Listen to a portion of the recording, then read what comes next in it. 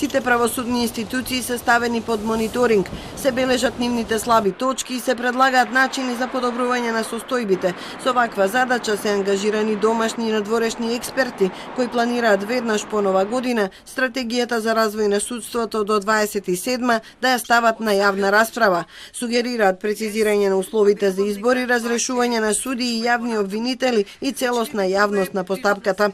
Да ги прецизираат условите за избор на судиите и јавните обвинители во однос на квалитетот, во однос на критериумите на искусен правник и така натаму.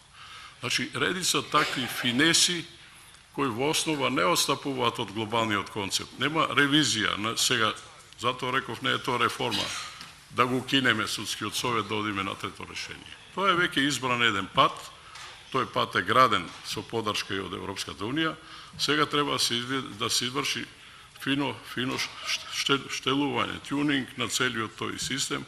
Обвинителката Фатиме Фетај смета дека некои обвинители не ги прифаќаат европските стандарди, бидејќи со нив не би можеле така лесно да напредуваат. Верува дека нетранспарентниот процес придонесува да нема ни одговорност. Задолжително воведување на еден предизборен филтер на јавно представување, јавно испрашување на сите кандидати со сите нивни силни и слаби страни, кои што несомнено е, сите ние ги имаме.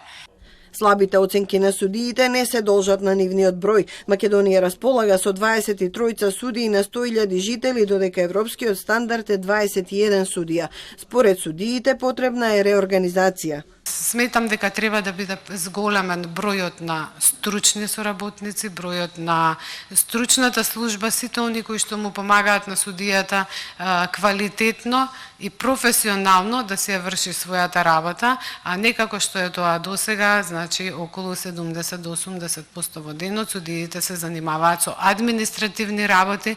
По судството се прават реформи веќе 15 години, а нивото е сепак незадоволително, констатира председателот Стево Пендаровски.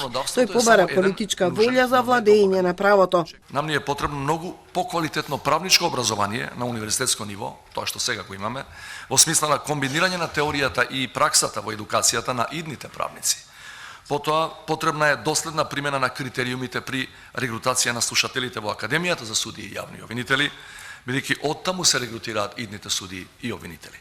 Исто така, исклучително е важен начинот на кој се оценува работата на судиите и обвинителите и се одлучува за нивната евентуална одговорност. На Националната конвенција за ЕУ, Пендаровски потенцираше дека реформите не се прават за задоволување на европските барања, туку за враќање на довербата во правната држава.